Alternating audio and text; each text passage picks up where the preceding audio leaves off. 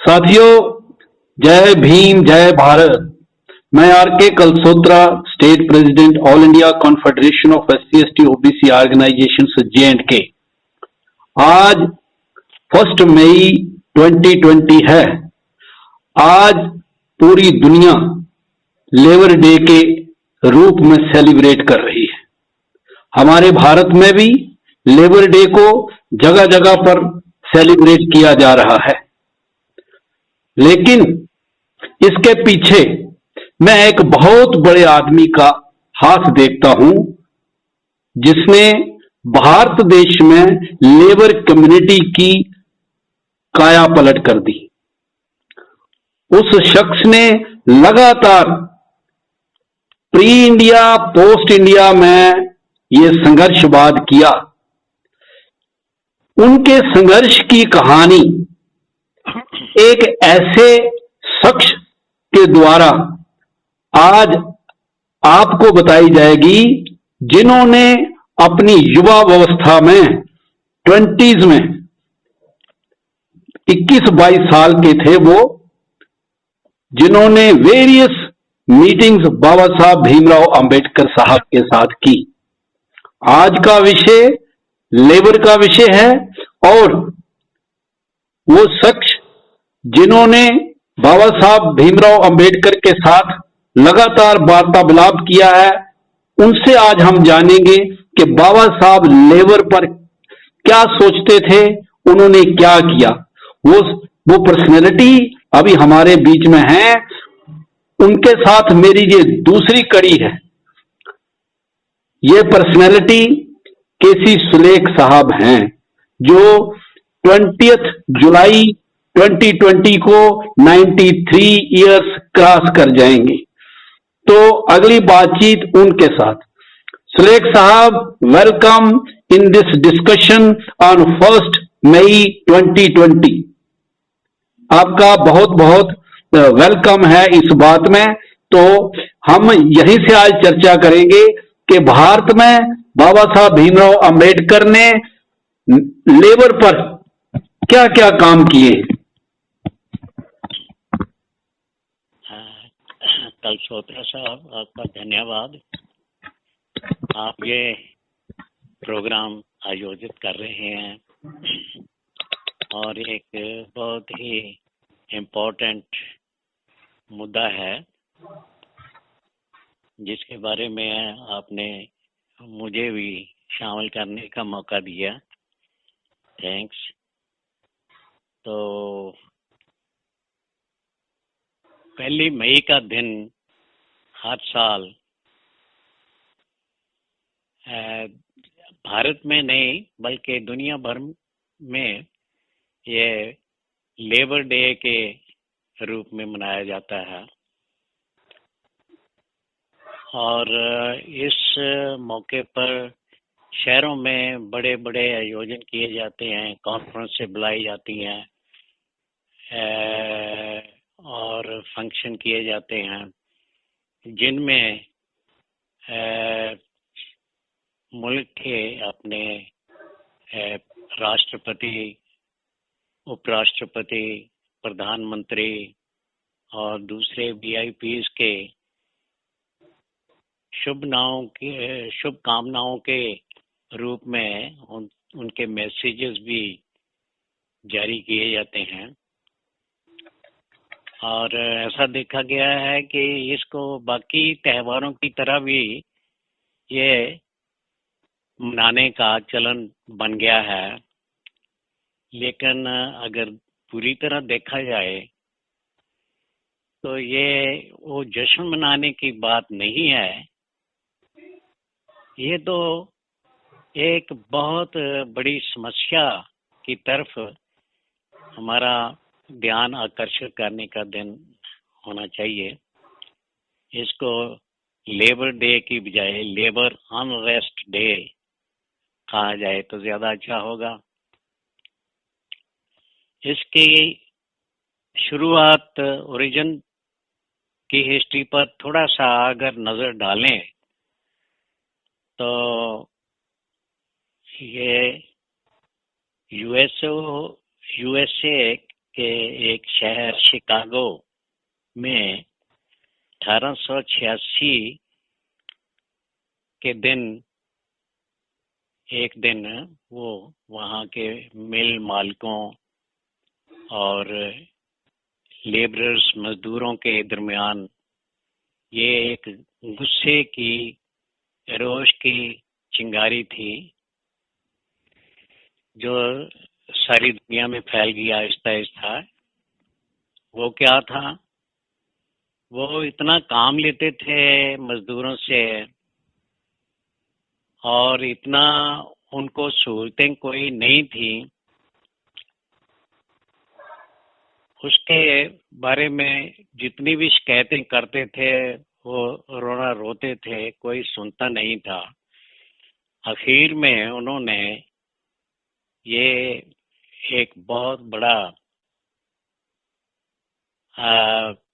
सम्मेलन करके आपस में फैसला किया कि इसके खिलाफ, इसके विरुद्ध पूरी कोई आवाज उठाई जाए। 16 घंटे का काम लिया जाता था उनसे, कोई सहूलत दिए बगैर। तो उसका नतीजा ये हुआ कि 16 की जगह 8 घंटे आपस में बात करने के बाद तय हो गया। मैं यहाँ आपको थोड़ा रोकना चाहता हूँ। ये तो आप बाहर की बात कर रहे हैं, लेकिन जैसे मुझे ज्ञान है या मैं थोड़ा सा जानता हूँ कि जो परिवर्तन, क्योंकि यहाँ तो किंगडम था, राजा महाराजाओं का राज था, यहाँ तो लेबर कोई सवाल ही नहीं पैदा कर सकती थी, यहाँ तो बंधुआ मजदूर हुआ करते थे। लेकिन इंग्लिश टाइम में यहाँ जरूर कुछ परिवर्तन हुआ है। मुझे लगता है कि वायसराय की एग्जीक्यूटिव काउंसिल में शायद जुलाई 7 1942 को बाबा साहब एक मेंबर थे। मैंने तो सिर्फ इसका जो शुरुआत कहाँ से ये शुरू हुआ, अच्छा जी, हमारे प्रचलित हो गया सारे इंडिया में, और इसका बड़े धूमधाम से मनाते हैं। ये लेबर डे जो है वो ठीक है। तो लोगों में, मेरा कहने का मतलब है, ये जो अनरेस्ट है, हैव्स और हैव नॉट्स की लड़ाई जब से सृष्टि बनी है उससे शुरू हो गया है। राजा महाराजाओं के जो रियासतें भी बनी हैं वो दबंगों की और कमजोरों के दरमियान हुई है। इसी तरह ये प्रथा चलते चलते ये कारखाने या मिल मालिकों में, ये जो खेत मजदूरों में ये जो बातें हुई आपस में, वो ऐसा अनरेस्ट इसको बोलना चाहिए। तो इसी संदर्भ में रशिया की और फ्रांस के रेवोल्यूशंस जो है वो भी देखना चाहिए इसी संदर्भ में। तो अब भारत की जो बात करें तो इसमें भी अब जो मजदूर समस्या है वो देखने की बात है कि पहले से अब और ज़्यादा भयानक हो गई है। और यहाँ ऐसा है कि जो इकोनॉमिक क्राइटेरिया या इकोनॉमिक आर्थिक आधार था, उसकी बजाय यहाँ हमारे इंडिया में ये अनटचेबिलिटी की वजह से और ज़्यादा एक्यूट और ज़्यादा भयानक हो चुकी है। यहाँ ईटेबल्स जो है मजदूरों के भी जो 2 खेमों में बट गए हैं, 2 श्रेणियों बन गई हैं। एक सबसे ज़्यादा अफेक्टेड जो हैं वो दलित समाज के लोग हैं, जिनके साथ ये गरीबी तो है लेकिन उसके साथ साथ ये छूत-छात की जो बीमारी रही है उसने इस समस्या को और ज़्यादा संजीदा और ज़्यादा गंभीर बना दिया है। चलिए, ये जो बात है इस पर फिर भी हम इस पर, ये तो है ही है, ये तो सामने बाबा साहब चाहते थे कास्टलेस सोसाइटी बने, लेकिन वो तो बन नहीं पा रहा। लेकिन कम से कम हम ये बात तो करें, जिन लोगों को ये लगता है कि बाबा साहब किसी कास्ट के साथ जोड़ा जाए तो हम ऐसा नहीं मानते जैसा उन्होंने लेबर क्लास के लिए कहा है। जैसे आपने ये रिडक्शन ऑफ वर्किंग आवर्स बताया, तो ये भारत में वायसराय की एग्जीक्यूटिव मीटिंग में शायद बाबा साहब ने पास करवाया था 7 जुलाई 1942 में। या यहाँ 14 घंटे हाँ काम होता था और 8 घंटे जो है वो शुरू हुआ। तो मैं आगे बात बढ़ाता हुआ, भारत में बाबा साहब का लेबर के प्रति क्या योगदान था उस पर हम ज्यादा आज चर्चा रखते हैं। जैसे वुमेन पर, वुमेन पर आप क्या बताएंगे, मैं वुमेन आप पर? मैं बताता हूँ वो। हाँ, जब ये ब्रिटिश गवर्नमेंट के 1942 में 42 में जब बाबा साहब को वाइसराय एग्जीक्यूटिव काउंसिल के वो मेंबर बने थे, उनको लेबर पोर्टफोलियो दिया गया। और जहाँ तक वो सरकारी रिकॉर्ड है उसके हिसाब से जो बाबा साहब की उपलब्धियां हैं, बाबा साहब की अचीवमेंट्स हैं, बाबा साहब का योगदान है इस समस्या के सिलसिले में, वो बहुत ही ज़्यादा इम्पोर्टेंट। नो में यस, जो कोयला, उनके लेबर डिपार्टमेंट में सबसे ज़्यादा इम्पोर्टेंट जो था वो कोल माइंस था, कोयला खानों में। और वहाँ उन्होंने इतना स्पॉट पर जाकर उनका अध्ययन करने के लिए, एग्जामिन करने के लिए वो वहाँ खुद जाते थे। 400 फीट की गहराई तक ये गहरी थी जो माइंस, उनमें मजदूर का हाँ, मेटर्न, हाँ, यस। जो तो वुमेन पर आप बात कर रहे हो, तो ये खान में जाने की और 400-400 मीटर बाबा साहब नीचे चले जाते थे। शायद मुझे लगता है मैटरनिटी बेनिफिट ऑफ वुमेन जो थे अंडरग्राउंड। वन बाय वन या मैं बोलता हूँ। तो ये तो सबसे जो मौके पर जाकर उन्होंने रियल वर्क जो किया मजदूरों के, सबसे पहले तो उनके हालात जानने के लिए, फर्स्ट हैंड जाने के लिए वो गए, वो वहाँ जाते और उनके घरों में भी वो जाकर वो ऐसा उनके लेडीज और स्त्रियों के साथ भी, बच्चों के साथ कई कई घंटे वहाँ बैठकर उनकी बातें सुनते थे, उनको रियल पोजीशन, जब उनके घरों का भी मुआयना करते थे, पार्क, स्कूल और हॉस्पिटल्स, इनकी सहूलतें देने के लिए भी उन्होंने काफ़ी काम किए। और उन लोगों के जितना भी काम कर सकते हैं जाके। और उसके बाद उनके वर्किंग आवर्स जो थे उससे ज़्यादा उसमें गड़बड़ थी, वो उन्होंने रेगुलेट किए, उनको नॉर्मल किया। और कितने घंटे होना चाहिए इसमें, छुट्टी कैसे, रिसेशन होनी चाहिए और ये वो। उसके बाद विमेन वर्कर्स की बात किए तो ये सबसे पहले, वुमेन लेबर फंड भी शायद उन्होंने बनाया था, हाँ, उन्होंने सबसे पहले एक्ट उनका बनाया। जो वेजेस थी विमेन की, वो लेबरर्स की, उनको उनकी तनख्वाह जो थी वो पुरुषों के बराबर कर दी उन्होंने। सबसे पहले तो ये है। दूसरा, उनके जो मैटरनिटी दिनों की दिक्कतें थी और उनको कोई सहूलत नहीं थी, उसके लिए भी उन्होंने ये कानून बना के और उनको एक तो बराबर की उनकी तनख्वाह कर दी, और दूसरे लेडीज को जो वर्कर्स थी उनकी भी मैटरनिटी लीव रेगुलेट करके और उसके दिन भी उसको तनख्वाह देने का प्रावधान है। फिर उन्होंने नौकरियों के लिए एम्प्लॉयमेंट एक्सचेंज वहाँ कायम कर दिए, और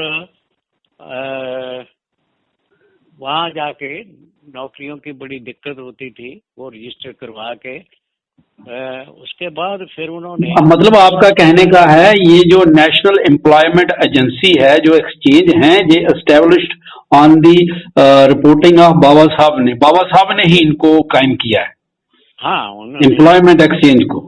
एम्प्लॉयमेंट एक्सचेंज का जो डिपार्टमेंट है, उन्होंने सबसे पहले ये उन्होंने जारी किया, शुरू किया, और उसके बाद अब उसका चलन हो गया।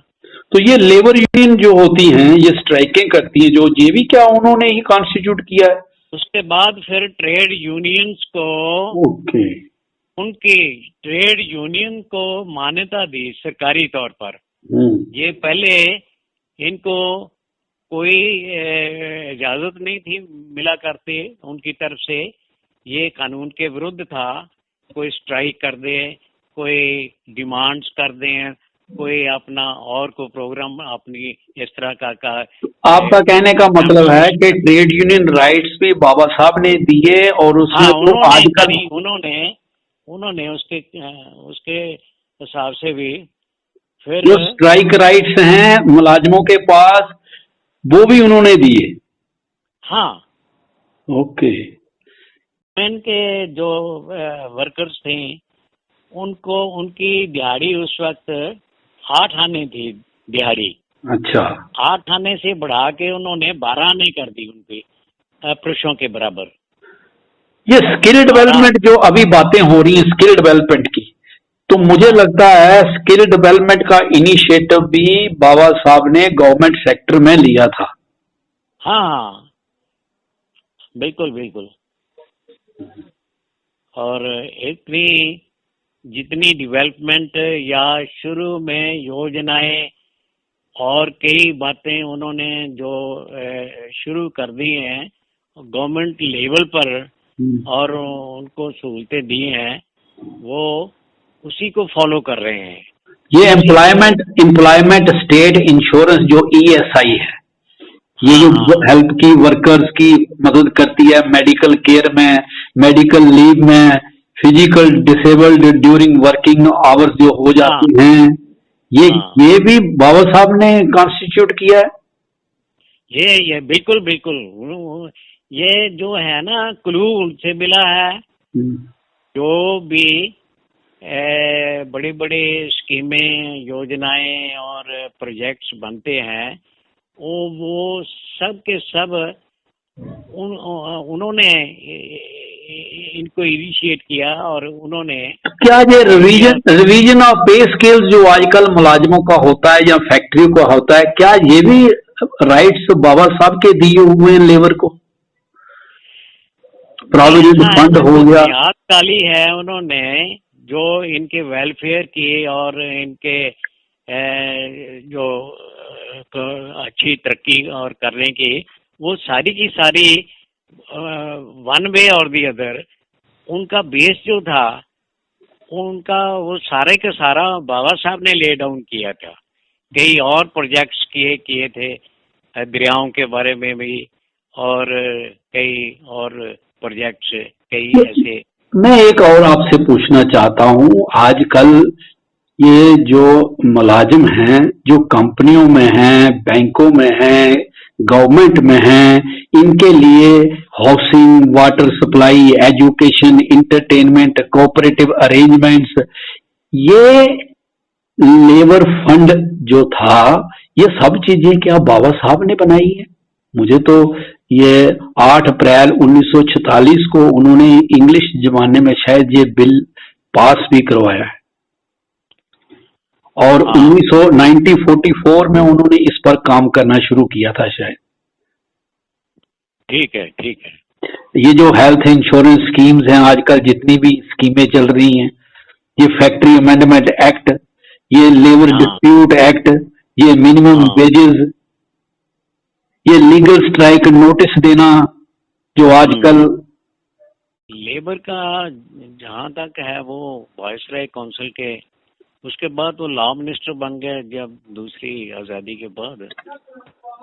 हाँ, वो सारी चीजें जो उन्होंने इंग्लिश टाइम में अंग्रेजों से अप्रूव्ड कराई थी, वो कॉन्स्टिट्यूशन ऑफ इंडिया में उनको इंसर्ट कर दिया उन्होंने। हाँ, वो तो जो उन्होंने सारी की सारी ब्लूप्रिंट कई योजनाओं के, कई बैंकों के सहूलत और दूसरे जितने भी प्रोग्रेसिव मेजर्स अडॉप्ट किए हैं हमारी अपनी गवर्नमेंट ने, उसका आइडियाज जो था, उनका जो ब्लूप्रिंट था वो सारी का सारा बाबा साहब के दिमाग में वो बहुत काम किया उन्होंने इस पर। नहीं, हम भी आज सोचते हैं कि बाबा साहब ने इतना काम किया वुमेन लेबर इंडिया के लिए, फिर माइंस मैटरनिटी के लिए, वुमेन लेबर वेलफेयर फंड के लिए, वुमेन एंड चाइल्ड फंड के लिए, मैटरनिटी लीव के लिए बेनिफिट जो वुमेन को मिलता है, इंडियन फैक्ट्री एक्ट है, नेशनल एम्प्लॉयमेंट एजेंसी एक्सचेंज है, फिर ये लेबर इशू के जो राइट्स होते हैं, ये मैनेजमेंट और लेबर रिप्रेजेंटेटिव का एक जगह बैठ के बात करना, ये भी बाबा साहब का राइट है। स्किल डेवलपमेंट है, नेशनल एम्प्लॉयमेंट एजेंसी जो है वो भी बाबा साहब ने क्रिएट की, एम्प्लॉयमेंट इंश्योरेंस जो ईएसआई बना है, मेडिकल वगैरह, ये dearness allowance to workers, revision of pay scale, provident fund, labour welfare fund, ये जितना भी स्टैटिस्टिकल लॉ फंड हो गया, trade unions, health insurance, provident fund, factory act, dispute act, minimum wages. तो आज की क्या बात रहेगी, हमारा कोई एक छोटा सा मैसेज जो आज की लेबर के लिए, आज 1 मई को बाबा साहब का अपने लेबर, भारतीय लेबर के लिए आपका? जो बाबा साहब के थॉट प्रोसेस थे या उनकी जो रियल मंशा थी, वो देश में एक समाजवादी प्रथा और सिस्टम चालू करने की थी। उनका सबसे ज्यादा जो दिल में ख्वाहिश थी कि एक बराबर हो जाए, ये हैव्स और हैव नॉट्स का खत्म हो जाए और उसमें एक तरह का। लेकिन अब जो ट्रेंड जो चल पड़ा है और एक बहुत बड़ी दुख की बात है, बड़ी ट्रेजिडी की बात है कि हमारी गवर्नमेंट का ये जो रिवर्स गियर लगा दिया है इन्होंने। जितनी भी बाबा साहब की सेकुलरिज्म की या समाजवाद की बातें थी, वो उनको टोटली पीछे की तरफ उनको खत्म करने के बाद ये एक समाजवादी सिस्टम की बजाय ये प्राइवेटाइजेशन की तरफ इनका वो ट्रेंड बन रहा है और उसी की तरफ ये जितना भी काम चलता है इनका, वो सारे का सारा बाबा साहब ने एक दफा स्टेट सोशलिज्म की बात की थी और उसका साहब का सबसे ज्यादा जो मजबूत और दिल की गहराई से निकला वो जो ख्याल था या उसका, वो था स्टेट सोशलिज्म। और उसके जब 46 में ये जो जब वो बाद में कॉन्स्टिट्यूशन का भी शुरू हो गया, उससे पहले उन्होंने एक डोसियर वगैरह बना के ब्रोशर एक सर्कुलेट भी किया था। उसमें सारे के सारे जितना भी है प्राइवेटाइजेशन को बिल्कुल टोटली खत्म करके सारे का सारा पावर जो है इंश्योरेंस और खेती वगैरह का, एग्रीकल्चर का जितना भी काम था, वो उन्होंने अपने जो उनकी जो प्रपोजल थी, प्रस्ताव थे, वो सारे का सारा नेशनलाइज करने का था। वो अब देखते हैं कि अब बाबा साहब का नाम तो जरूर लेते हैं, उनकी कस्में भी खाते हैं, ये है वो है, लेकिन प्रैक्टिकल जो है वो सारे का सारा उल्ट गेयर लग गया है। वो समाजवाद का जो है सबकी तरफ एक जैसा नेशनलाइजेशन की तरफ, या दूसरा उनको 1 by 1 खत्म करके वो सारे के सारे प्राइवेटाइजेशन की तरफ ये बढ़ रहे हैं। ये सबसे ज्यादा खतरनाक ट्रेंड है। तो बाबा साहब का अगर ये लेबर का या दूसरे समाज के दूसरे सफियर्स की बातें करें तो उसमें जितने उनके विचार थे, एक सोसाइटी एक तरह की हो जाए, इसमें ऊंच नीच ना हो, एक इक्वलिटी के बेस पर ये सारे का सारा सोसाइटी का नया रीऑर्गेनाइज किया जाए, वो सारे का सारा अब खत्म हुआ जाता रहा है। ये सबसे बहुत ज्यादा एक खतरनाक ट्रेंड है। तो इसके बारे में तो आप ज्यादा आप सोच सकते हैं कि अब जितनी भी पॉलिसीज हैं, जितना इनका जोर है इस गवर्नमेंट का आरएसएस के अंडर उनकी प्लानिंग के हिसाब से, वो सारे का सारा इस तरफ उन्होंने जोर लगा दिया है कि इसको जितने भी पहली गवर्नमेंटों के काम किए थे उनको खत्म करके समाजवाद की बजाय सोशलिस्ट पैटर्न की बजाय अब प्राइवेटाइजेशन की तरफ ज्यादा तवज्जो दी जा रही है। तो बहुत बहुत बहुत धन्यवाद सुलेख साहब। ये था बाबा साहब की बातचीत, सुलेख साहब की जवानी अब समाज को। तो अगली कड़ी जो है हम किसी और बाबा साहब के कार्य पर करेंगे। साथियों, बाबा साहब का जो जिनके साथ बाबा साहब ने सुलेख साहब, बाबा साहब के पास उस वक्त इनकी 21-22 साल की उम्र थी और ये जलंधर से दिल्ली में बाबा साहब से मिलने जाया करते थे। बहुत बहुत शुक्रिया। जय भीम, जय भारत। थैंक्स। ओके, धन्यवाद।